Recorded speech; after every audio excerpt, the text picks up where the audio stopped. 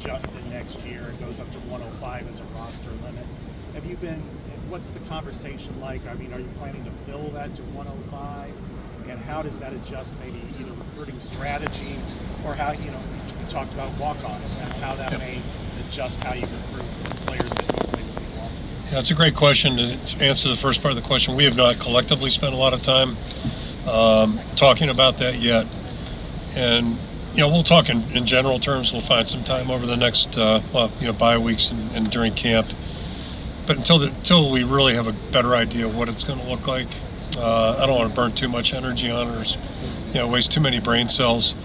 But your point is well taken. There's going to be a whole different, I think, way of looking at it, and probably every school is going to have a different perspective on it. I don't know that we can go out and find 100 guys, although maybe we can because the other schools won't have as, much, be able to take as many players. So we'll kind of play it by ear, but I think it's going to be, the cause of a lot of really good discussion. And once we know more about what the playing rules are going to be, maybe we can talk a little bit more intelligently about what's our best approach. And our approach will probably be different than, this other school's. So, it's going to be interesting. Kirk, talking about the offensive line a little bit, I know last year something that you mentioned quite a bit was that you felt like the maturity had really increased between all the guys that were going to play. Do you feel like there's maybe a different element that can take them to that? There was maturity last year. Is there another element that can take them to another level this year? Yeah, sure. Yeah, and that's it's going to be on the agenda for August. At some point you have to, it's one thing to play, but at some point you got to play, really play.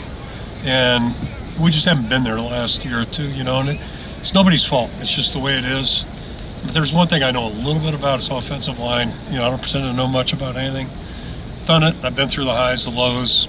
I mean, you learn life lessons. We had a really good line in '83.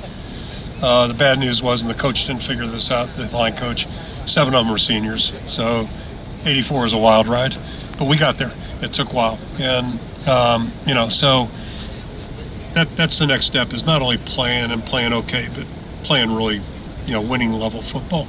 And for us, we have a vision of what it looks like, and we're not there yet, but I think we're totally capable, and I think we're able now, George number one, but all of us, to expect maybe a little bit more from the guys and maybe a little better job of finishing things and, really doing the little things you have to do that makes such a big difference in production. And that's the beauty of offense. When guys start to understand, first of all, you got to be able to do it, then you got to understand the importance of it. But if you do those little things really well, that's how big plays typically are born. And if you don't do those things, you leave a lot out there on the table. Lord knows we've done enough of that. So that's what we're trying to overcome right now. Coach Ferentz here. I'll come back to you. Okay, gotcha. Oh, who the hell is this guy crashing the party? Oh, that's fine. Yeah. Jay Higgins here, Hawkeye Football. I've heard about you, What do you do in your free time? Any hobbies that you have? Golfing with Jay Higgins. It's one of my favorite things. It's a blatant lie, I don't golf. So I hope you weren't standing here when I was bragging about you, were you? No, it got to Twitter. Hawk sent it to me. Yeah, it got out quick. I love it. So I'm just going to tell you what, Carl Jackson, you don't know Carl, right? No. Carl took me under his wing in 1981 when I came here. He was a running back coach. He was on our staff till, I think, 07, 08, he retired. But he had a great saying. He says, don't ever brag on anybody but dead folks, because it comes back and bites you. Yeah, and so anything nice I said, I was just kidding. I got you. Okay, Jay? Good. As long as you got it, yeah. Come right back. I'm sorry. I want to ask about Ray Braithwaite. He's now one of the highest paid strength coaches in the country. How have you seen him grow into that role in the last 4 years? He's been tremendous. Yeah, Ray's first class, and he's been first class for quite a while. He took over a really tough circumstance, a very challenging circumstance, and did unbelievable. And I'm not sure I could have handled things the way he did. So he did a great job. Players believe in him. His expertise level is outstanding. His work ethic's outstanding. He's got a great staff of guys underneath him, and he put those guys together. So those guys are all together, and the players believe in him, and that's what it's all about. But he's been tremendous. He's a great person on top of it. How did you see him do it though? Like the transition. It's one foot in front of the other. Yeah. There's no, it's like everything else. When things hit the fan, it's one foot in front of the other, and don't look too far down the road. Let's just try to, see what we can do today and keep moving forward.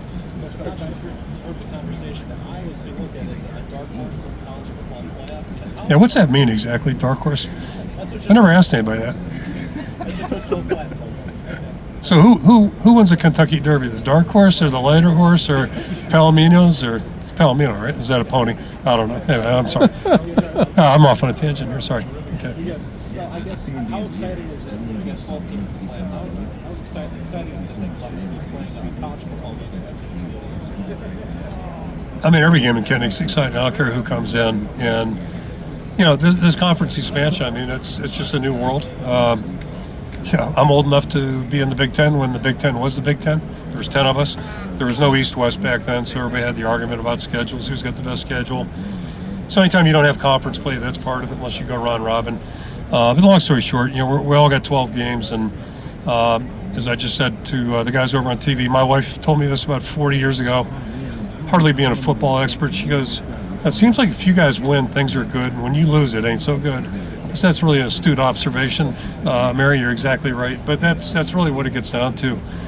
So we got 12 games. Every one of them count the same. And if we can win 12 or as many as possible out of 12, then if we deserve it, we'll get a good reward and whatever that may be. And it's probably going to be different this year than it was, 2 years ago or 3 years ago. But the challenge is winning. That's a hard thing. Right back. Quarterbacks, now he's working with receivers. Yep. How have you seen him handle that transition, and what gave you the confidence that he can do that? He's done fine, and he actually got some experience of that at Colorado State. He worked with their receivers as well.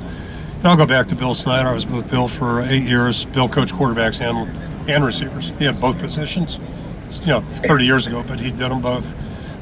So it's kind of glove in hand, if you will. Makes perfect sense. Again, I think the biggest thing is that the players have responded to John well, and we're seeing growth out in the field, and that's what's important. How can the expanded college football playoff maybe define success differently than maybe a bowl game would have in the past? Yeah, I mean, that was my fear. I said it earlier. When we went from 2 to 4, I didn't like that at all, me personally. If you go to 4, you might as well go to 8. And then you're going to argue about who's 8, who's 9, and 3, 4, and then it was 2, 3. There's always going to be an argument. So if you're going to expand, then expand. At least we're doing that. But what I didn't like about going from 2 to 4, it really de-emphasized the importance of the bowl structure and how there's so many good stories in college football. Just talking to Derek about our experience in 2001 at the Alamo Bowl, and I mean that was as good a moment as I've had in coaching in that game. So, you have all these levels in college football, and there's success for everybody if you're looking at it the right way. And I know it's all about winning. I get that, and I understand that totally. So, I guess in this world, at least now we're going back to, I don't know how they're going to incorporate things and how it's all going to shake out, but,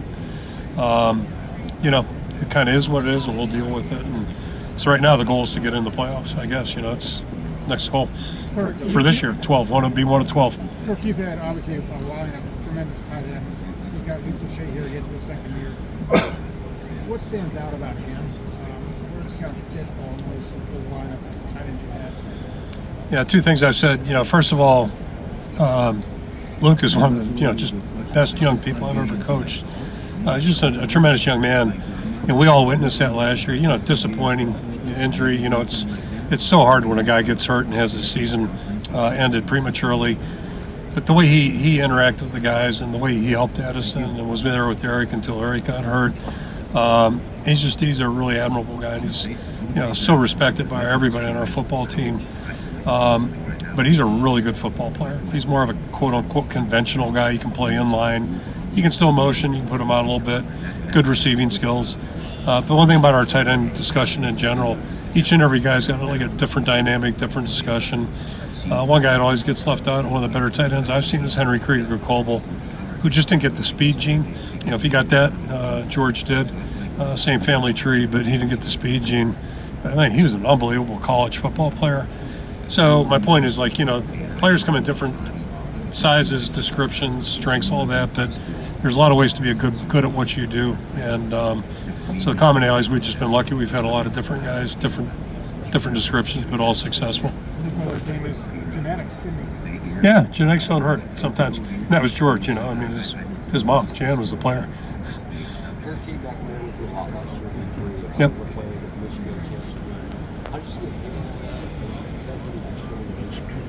Yeah, it's just like Luke. It's hard when you're injured, and in his case, excuse me, he got injured in early August. So what everybody saw of him playing, it wasn't him. I don't know what percent he was at, but it wasn't the guy he can be. And we knew that. We'd seen him the year before, but he was the best we had. And so anyway, it's devastating to go through an injury. He's come through that fine.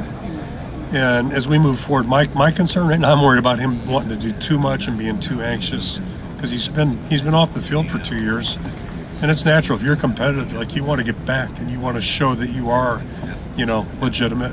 So my advice to him is just, let's try to relax here and just enjoy it. It's your last year in college football. Enjoy every snap, practice, etc., and be a leader. I'm not saying don't do that, but just play. And he doesn't have